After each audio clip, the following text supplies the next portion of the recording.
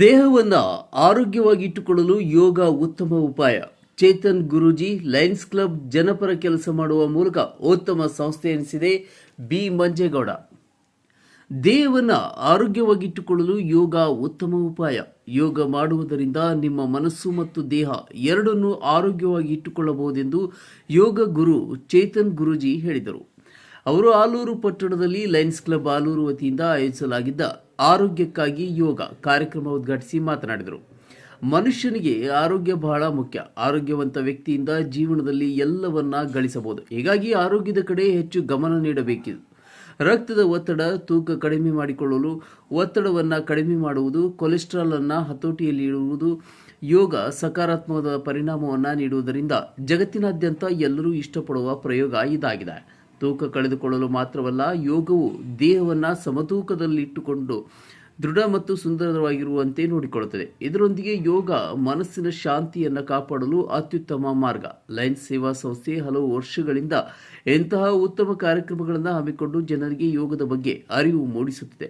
ಇದರ ಉಪಯೋಗವನ್ನು ಸದುಪಯೋಗಪಡಿಸಿಕೊಂಡು ಜನರು ನೆಮ್ಮದಿಯಿಂದ ಜೀವನ ಸಾಗಿಸಬೇಕೆಂದು ಹೇಳಿದರು. ಆಲೂರು ಲಯನ್ಸ್ ಕ್ಲಬ್ ತಾಲೂಕಾ ಅಧ್ಯಕ್ಷ ಬಿ ಮಂಜೇಗೌಡ ಮಾತನಾಡಿ, ಮನುಷ್ಯ ಒತ್ತಡ ಮುಕ್ತನಾಗಿದ್ದಾಗ ಮಾತ್ರ ಆರೋಗ್ಯದಿಂದ ಬದುಕಲು ಸಾಧ್ಯ. ಉತ್ತಮ ಆರೋಗ್ಯ ಮತ್ತು ಮನಸ್ಥಿತಿಗೆ ಪ್ರತಿನಿತ್ಯ ಯೋಗ ಮತ್ತು ಧ್ಯಾನ ಮಾಡುವುದು ಅವಶ್ಯಕ. ಯೋಗ ಮಾಡುವುದರಿಂದ ಸಾಕಷ್ಟು ಲಾಭಗಳಿವೆ. ಯೋಗ ಒಂದು ದಿನ ಮಾಡಿ ಬಿಡುವುದಲ್ಲ, ಅದು ನಿರಂತರವಾಗಿ ಪ್ರತಿನಿತ್ಯ ನಡೆಯಬೇಕು. ತಮ್ಮ ಮನಸ್ಸನ್ನು ನಿಯಂತ್ರಿಸಿಕೊಂಡು ಜ್ಞಾನಾರ್ಜನೆ ಹೆಚ್ಚು ಮಾಡಿಕೊಳ್ಳಲು ಯೋಗಾಭ್ಯಾಸ ಕಲಿತು ಪ್ರತಿದಿನ ಮಾಡುವುದನ್ನು ರೂಢಿಸಿಕೊಳ್ಳಬೇಕು. ಕೇವಲ ಕಾರ್ಯಕ್ರಮಕ್ಕೆ ಮಾತ್ರ ಯೋಗ ಮಾಡದೆ ಚೇತನ ಗುರೂಜಿ ಸಲಹೆಯಂತೆ ಪ್ರತಿದಿನ ನಾವು ಕೂಡ ಯೋಗ ಕಾರ್ಯಕ್ರಮದಲ್ಲಿ ತೊಡಗಿಸಿಕೊಂಡು ಬೇರೆಯವರಿಗೂ ಅರಿವು ಮೂಡಿಸುವುದಾಗಿ ತಿಳಿಸಿದರಲ್ಲದೆ, ಲಯನ್ಸ್ ಸೇವಾ ಸಂಸ್ಥೆ ಹಲವು ವರ್ಷಗಳಿಂದ ಇಂತಹ ಕಾರ್ಯಕ್ರಮಗಳನ್ನು ಹಮ್ಮಿಕೊಂಡು ಬರುತ್ತಿದ್ದು, ಆಲೂರು ಪಟ್ಟಣದಲ್ಲಿ ಇಂದಿನಿಂದ ಚೇತನ್ ಗುರೂಜಿ ನೇತೃತ್ವದಲ್ಲಿ 11 ದಿನಗಳ ಕಾಲ ಯೋಗಾಭ್ಯಾಸ ಕಾರ್ಯಕ್ರಮವಿದ್ದು, ಜನಸಾಮಾನ್ಯರು ಇದರ ಉಪಯೋಗವನ್ನು ಸದುಪಯೋಗಪಡಿಸಿಕೊಳ್ಳಬೇಕೆಂದು ತಿಳಿಸಿದರು. ಕಾರ್ಯಕ್ರಮದಲ್ಲಿ ಲಯನ್ಸ್ ಕ್ಲಬ್ ಮಾಜಿ ಅಧ್ಯಕ್ಷ ರಘು ಪಾಳ್ಯ, ಗೌರವಾಧ್ಯಕ್ಷ ರೇಣುಕಾ ಪ್ರಸಾದ್, ಕೆವಿ ಮಲ್ಲಿಕಾರ್ಜುನ್, ಪ್ರದೀಪ್ ಯೋಗದಿಂದ ಆಗುವ ಪ್ರಯೋಜನಗಳ ಬಗ್ಗೆ ಮಾತನಾಡಿದರು.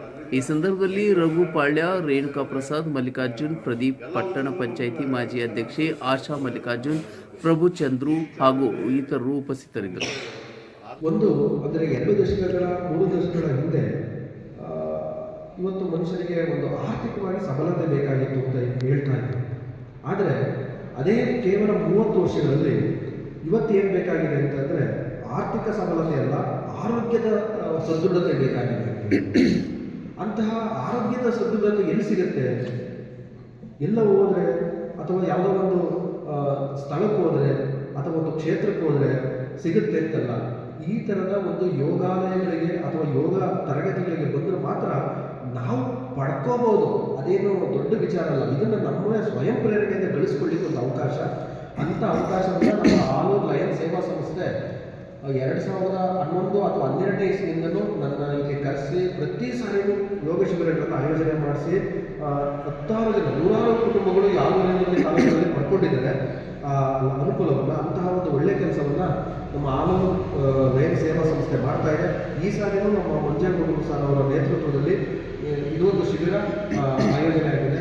ಕಾರಣ ಇಷ್ಟೇ, ಮನುಷ್ಯ ಆರೋಗ್ಯವಾಗಿದ್ದರೆ ಎಲ್ಲವನ್ನೂ ಪಡ್ಕೋಬೋದು ಅಂತ. ಆರೋಗ್ಯ ಇಲ್ಲದೆ ಎಲ್ಲದೂ ಇದ್ದು ಆರೋಗ್ಯ ಇಲ್ಲ ಅಂದರೆ ಪಡ್ಕೊಳ್ಳೋ ಕಷ್ಟ. ಅಂದರೆ ಆರೋಗ್ಯವಾಗಿದ್ದರೆ ಹಣವನ್ನು ಗಳಿಸ್ಬೋದು, ಆಸ್ತಿನ ಸಂಪಾದನೆ ಮಾಡ್ಬೋದು, ಅಧಿಕಾರನ ಪಡೆಯಬಹುದು ಅಥವಾ ಅನುಭವಿಸ್ಬೋದು. ಆದರೆ ಆರೋಗ್ಯ ಒಂದಿಲ್ಲ ಅಂದರೆ ಹಣ ಇದ್ದು, ಅಂತಸ್ತಿದ್ದು, ಅಧಿಕಾರ ಇದ್ದರೂ ಪ್ರಯೋಜನ ಇಲ್ಲ. ಯಾಕೆಂದರೆ ಈ ಅನೇಕ ನಿಧಾನ ಸಂಸ್ಥೆಗಳಲ್ಲಿರ್ಬೋದು, ನಾವು ಬರೀ ಭಾಷಣದಲ್ಲೇ ಹೇಳಿ ಇದನ್ನು ಕೈ ಬಿಡೋಂಥ ವಾತಾವರಣ ಜಾಸ್ತಿ ಇರ್ತದೆ. ಹಾಗಾಗಿ ಅದನ್ನು ನಾವು ಕೈ ಬಿಟ್ಟು ನಮ್ಮ ಏನು ಅದನ್ನು ಸರ್ವಿಸ್ ಮಾಡ್ತೀವಿ, ಆ ಸರ್ವಿಸ್ ಮಾಡೋದನ್ನು ನಮ್ಮ ಮನದಲ್ಲಿ ಇಟ್ಕೊಂಡು ಸದಾ ನಮ್ಮ ಜ್ಞಾನದಲ್ಲಿದ್ದರೆ ನಮಗೆ ದೇವರು ನಮಗೆ ಆಯುಷ್ಯ ಆರೋಗ್ಯ ಕೊಡ್ತಾರೆ. ನಾವು ಮೊದಲು ಕೇಳೋದು ಆರೋಗ್ಯವೇ ಭಾಗ್ಯ. ನಾವು ದೇವರ ಹತ್ರ ಕೇಳಬೇಕು ಅಂದರೆ ಫಸ್ಟ್ ಕೇಳೋದು ನಮಗೆ ಆರೋಗ್ಯ, ಆಮೇಲೆ ಎರಡನೇದು ನನಗೆ ತೃಪ್ತಿಯಾಗಿ ನನಗೆ ಐಶ್ವರ್ಯ ಕೊಡೋದು ಅಂತೀವಿ.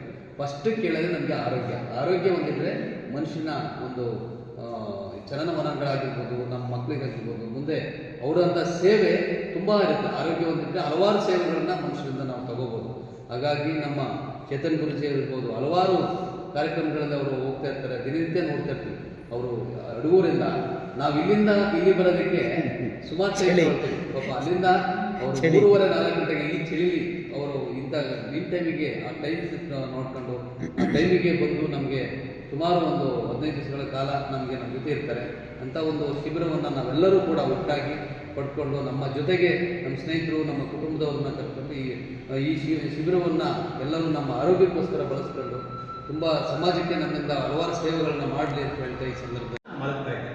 ಈಗ ತಲೆನೋವೇ ಕಮ್ಮಿ ಆಗಿದೆ. ಹಾಗಾಗಿ ಎಲ್ಲ ಪ್ರತಿಯೊಂದು ಸಣ್ಣ ಪುಟ್ಟ ಕಾಯಿಲೆಗಳು ಬರೋದೇ ಇಲ್ಲ. ಅಂದರೆ ನಾವು ಫಾಲೋ ಮಾಡಬೇಕು. ಇವಾಗ ಒಂದು ದಿವಸ ಬೇಕಾದ್ರೆ ವಾರದಲ್ಲಿ ಒಂದು ದಿವಸ 2 ದಿವಸ ಬಿಟ್ಟು ಮಿಸ್ ಮಾಡಿ ಒಂದು 5 ದಿವಸನಾದ್ರೂ ವಾರದಲ್ಲಿ ಮಾಡಿದ್ರೆ ನಿಮಗೆ ಯಾವುದೇ ತರಹದ ಸಣ್ಣ ಪುಟ್ಟ ಕಾಯಿಲೆಗಳು ಹತ್ರನೇ ಬರಲ್ಲ. ಹಾಗೆ ಅದು ಉಪಯೋಗ ಪಡ್ಕೊಳ್ಳಿ ಅಂತ ಹೇಳ್ತಾ ಈ ದಿನ ನಮ್ಮ ಗುರೂಜಿಯವರ ಮಾರ್ಗದರ್ಶನದಲ್ಲಿ ಯೋಗ ಇವತ್ತು ಉದ್ಘಾಟನೆ ಮಾಡ್ತಾ ಇದ್ದೀವಿ. ಇನ್ನು 10 ದಿವಸ ನಡೆಯುತ್ತೆ. ಕೊನೆಯ ದಿವಸ ಪಾರ್ವತಮ್ಮನ ಬೆಟ್ಟದಲ್ಲಿ ಇದನ್ನು ಮುಕ್ತಾಯವನ್ನು ಮಾಡೋಣ ಅಂತ ಹೇಳ್ತಾ ತಮ್ಮ ಈ ದಿನ ನನ್ನನ್ನು ಮಾತಾಡೋಕ್ಕೆ ಅವಕಾಶ ಇರ್ಬೋದು, ಕೆಮ್ಮಿರ್ಬೋದು, ಶೀತ ಇರ್ಬೋದು, ಯಾವುದೂ ಕೂಡ ಮಾತ್ರೆಯನ್ನು ತಗೊಳ್ಳದೆ ವಾಸಿಯಾಗುವಂಥ ಒಂದು ಶಕ್ತಿ ನಮ್ಮ ದೇಹದಲ್ಲಿ ವೃದ್ಧಿ ಆಗ್ತಾಯಿದೆ. ಹಾಗಾಗಿ ನಾವು ಕೂಡ ಪ್ರತಿ ವರ್ಷ ಎಲ್ಲೇ ಯೋಗ ಶಿಬಿರ ನಡೆದರೂ ಕೂಡ ಪಾಲ್ಗೊಂಡು ಮತ್ತು ಮನೆಯಲ್ಲೂ ಕೂಡ ನಾವು ಯೋಗ ಶಿಬಿರನ ಮಾಡ್ಕೊಂಡು ನಾವೇ ಸ್ವತಃ ಯೋಗನ ಮಾಡ್ಕೊಂಡು ಆರೋಗ್ಯನ ಕಾಪಾಡ್ಕೊಂಡು ಹೋಗ್ತಿದ್ವಿ. ಇವತ್ತಿನ ದಿನಮಾನಗಳಲ್ಲಿ ದುಡ್ಡಿದ್ದಾಗ ಶ್ರೀಮಂತ ಅಲ್ಲ, ಆರೋಗ್ಯ ಇದ್ದರೆ ಶ್ರೀಮಂತ. ನಾವು ನೋಡ್ತೀವಿ, ನಮ್ಮ ಕಣ್ಣು ಮುಂದೆ ಇದ್ದಂಥವ್ರು ಇವತ್ತು ಕಣ್ಮರೆಯಾಗಿದ್ದಾರೆ. ಹಾಗಾಗಿ ನಮ್ಮ ಮನೆಯಲ್ಲಿರ್ಬೋದು ಮತ್ತು ಸಮಾಜದಲ್ಲಿರ್ಬೋದು ನಮ್ಮ ಕೈಲಾದಷ್ಟು ಆರೋಗ್ಯದ ಬಗ್ಗೆ ಏನು ಯೋಗ ಗುರುಗಳು ಸಲಹೆ ಸೂಚನೆ ಕೊಡ್ತಾರೆ, ಯೋಗದ ಜೊತೆಗೆ ಆರೋಗ್ಯದ ರೀತಿ ಯಾವ ಆಹಾರ ಪದಾರ್ಥಗಳನ್ನ ಬಳಸಬೇಕು, ಏನು ಬಳಸಬಾರ್ದು, ಯಾವ ಪದಾರ್ಥಗಳನ್ನ ಹೆಚ್ಚು ಬಳಸಬೇಕು ಅದೆಲ್ಲನೂ ಕೂಡ ತಿಳಿಸ್ಕೊಡ್ತಾರೆ. ಹಾಗಾಗಿ ನಮ್ಮ ಆಲೂರು ತಾಲೂಕಿನ ಸಾರ್ವಜನಿಕರು ದಯಮಾಡಿ ಈ ಒಂದು ಕಾರ್ಯಕ್ರಮವನ್ನು ನೋಡಿ ನೀವು ಬಂದು ಭಾಗವಹಿಸಿ ನಿಮ್ಮ ಆರೋಗ್ಯನ ವೃದ್ಧಿ ಮಾಡ್ಕೋಬೇಕು ಅಂತೇಳಿ ಕೇಳ್ಕೊತಾ